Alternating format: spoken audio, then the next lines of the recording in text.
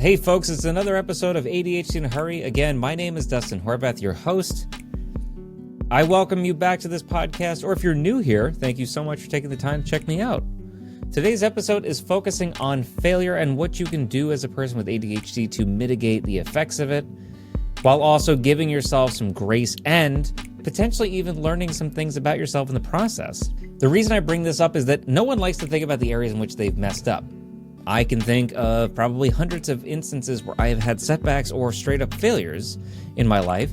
But if I really take the time to analyze and unpack them, most likely I can find at least some nugget of wisdom or learning from those opportunities that if I decided not to do so, most likely would just result in me feeling kind of angry or bitter or uncomfortable about those experiences, and most likely will impact my abilities even going forward. And really, that's the primary component to all of this, is the decision that we make in those crucial moments after figuring out or learning that we've fallen behind in something, that we've experienced this setback or failure, is to ask ourselves, what can I do next to learn from these experiences? And how can I grow from these insights, as opposed to kind of shutting them off or avoiding them, or in some cases just blaming others or other circumstances around me. So I have some strategies that I want to share with you, and none of them are super groundbreaking, but I think it's really important. I know I have moments where I need to be reminded of some of these ideas, so I'm going to do the same for you, just kind of passing it forward. Now, the very first one is important but often overlooked, and it's reframing the circumstances to, again, try to see what did and did not work for you and what can be learned from these opportunities, and also how can you going forward take perhaps different steps, or at least make little incremental changes that will ultimately help to stack the deck in your favor in the future. So this may just require you to kind of shift your perspective on things, to recognize, like, let's say you apply for a job and you go through the interview process, but ultimately you don't get the job. It's easy to kind of look at this as a setback or a failure, especially if it's a job you really, really want. But it might be important just to shift or recalibrate your focus a bit, just to understand that there are sometimes other candidates out there that just might be a little bit better than you, that perhaps what could have been your potential employer was standing there with your resume and someone else's resume going, oh, which one? And it might have just been 0.1% difference that's tipped the scale in the other person's favor. But really, what all of this kind of comes down to is how you decide to use this information going forward. Like, I know for me, I've had instances where I have failed or at least experienced great setbacks, and I've kind of internalized those outcomes towards myself, like telling myself, well, you're a failure, or you make mistakes all the time, and you're an idiot, you're this, and that. All of that negative self-talk just kind of comes out, right? Especially if you're in a heightened sense of emotional arousal and you're really frustrated by these circumstances. So if this sounds familiar, I want you to pay attention to this next part, because really, what I try to do in these circumstances, especially working through REBT therapies, I try to notice, kind of anticipate for when these thought processes, these beliefs, and emotional patterns begin to shift, begin to happen, basically. And what I'll do is I'll recognize, like, oh, this is kind of a negative, this is an antecedent. This is something that might cause me then to have a negative response, or I might have preconceived beliefs, let's say, or feelings about a circumstance or a person, what have you. And this is going to cause me to kind of feel certain ways or behave certain ways or think in certain patterns. But now I'm also aware of these tendencies and how I will think and act and behave.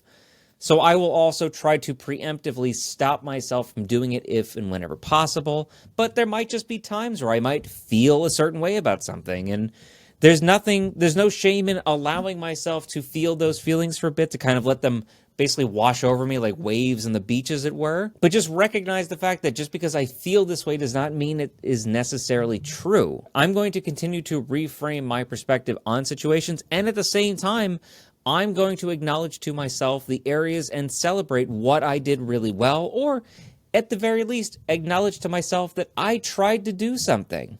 And here's a great insight for you, or a great strategy that you can use, I think, that will help illustrate sometimes the areas in which we might struggle to be compassionate and supportive of ourselves, and yet we would be open and ready to help someone else in need, is picture yourself as a twin or picture yourself as a different person, right? Like if someone else that you knew was telling you all of the same problems that you are currently going through. I messed up on my quiz, or I applied for and I didn't get the job, or I had X and Y setbacks in my life. If someone else that you knew was telling you these things, ask yourself, what would I say or do in those moments? And how would I help to reassure them or try to support them in some way?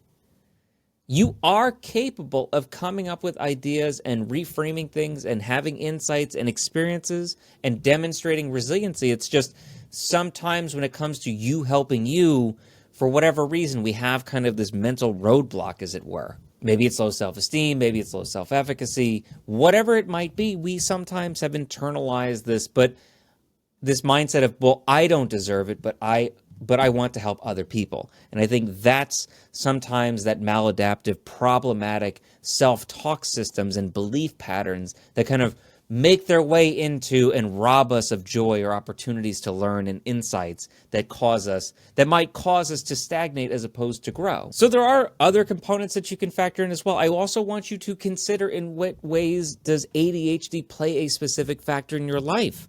Like, for example, let's say you do apply for a job, but the job interview starts at 2 and you're running late and you get there, oh, God forbid, you get there 2 minutes late. The absolute worst feeling you can have, as it were. Your job interview starts at 2, you knew what time it was, but for whatever reason, you were getting there a few minutes late. You're already embarrassed, mortified, you're anxious, already on top of you being late. You come in, you're out of breath, you feel almost like they're going to shut the door in your face before you even get in, but they allow you to come in for the interview because you're there anyway. But now you're kind of terrified that your first impression is a really bad one.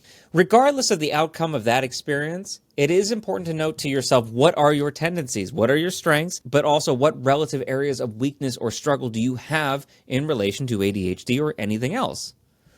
So if you do have a panache or a propensity towards arriving to things a few minutes late, that might be an important component in your life to address and to seek out support from other people to kind of dissect and come up with new ideas, new accountability systems, new time management systems, whatever the case might be, that's going to help you ensure that you arrive on time to wherever it is that you were supposed to go for whatever appointment that you might have. And to be honest with you, when you begin to push back and break the cycle, as it were, of negative self-talk systems, like I mentioned earlier, these are kind of they become these automated self-talk systems that happen that you may or may not even be conscious of. And unfortunately, we often exist with these thought patterns and these belief structures in our heads that, like I said, kind of happen automatically over time that we don't always recognize when they happen, but we do over time feel the insidious negative effects on our mind and our body because of this negative self-talk approach. So I'm not here to tell you what to do, but one idea, and like I said, I can attest for myself,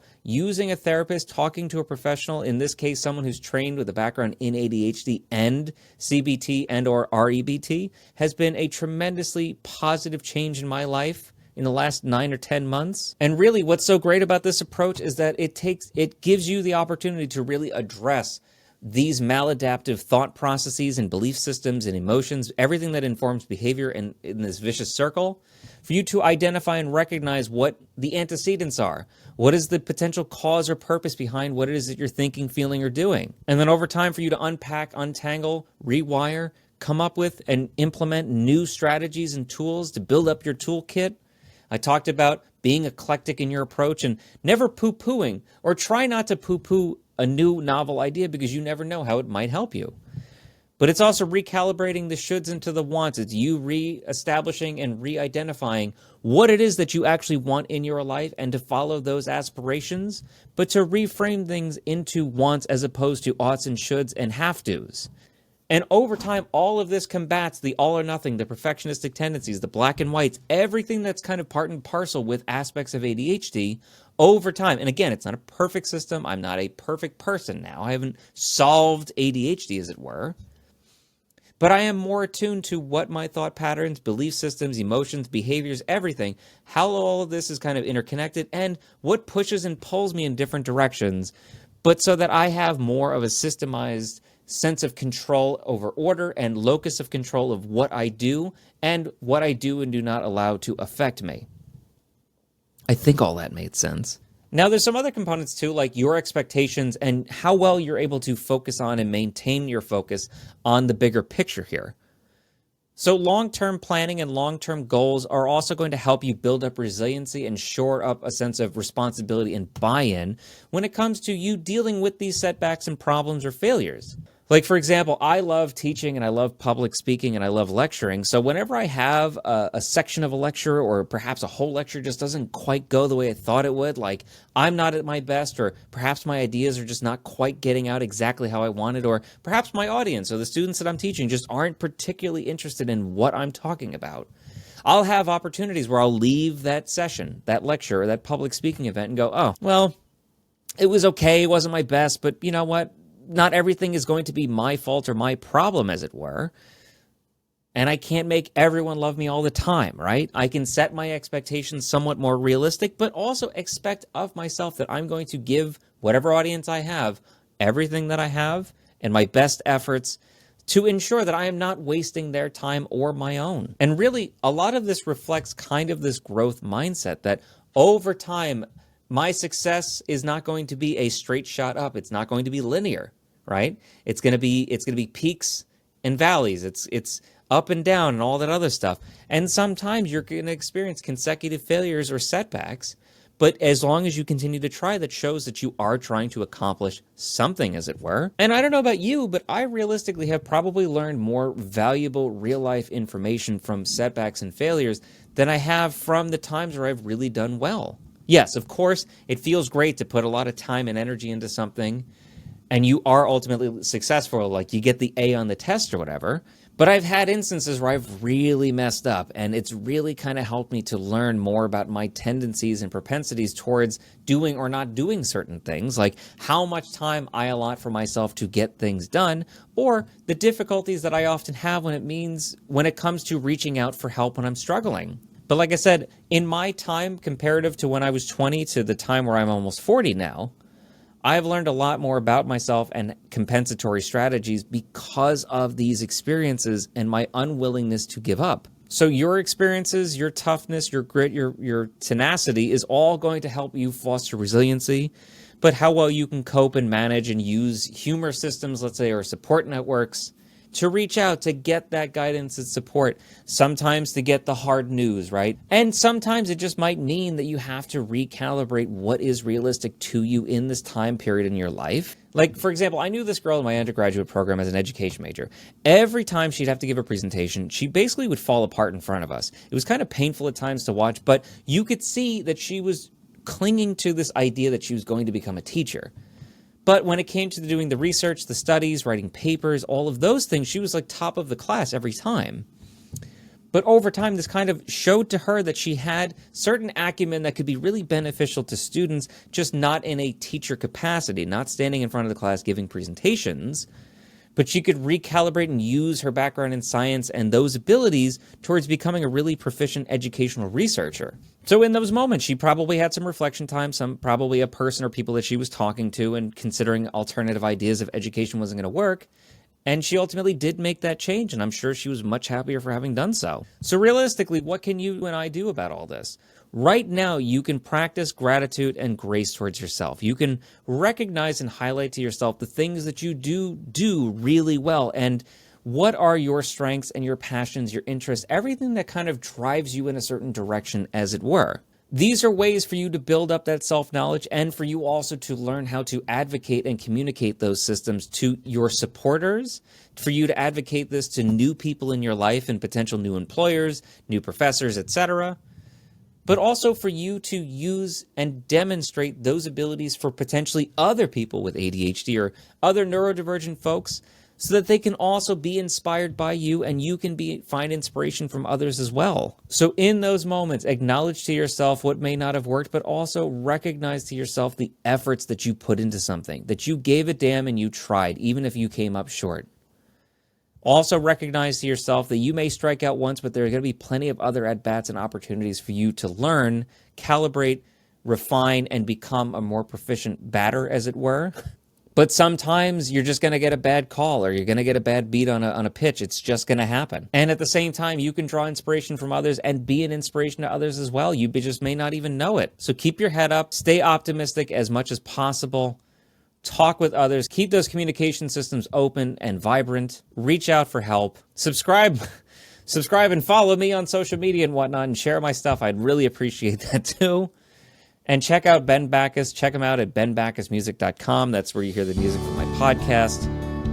But if nothing else, good luck to you. Believe in yourself. Trust in your own process. You are working towards a bigger, grander picture for yourself, even if it doesn't always feel that way. Take care of yourself, and good luck.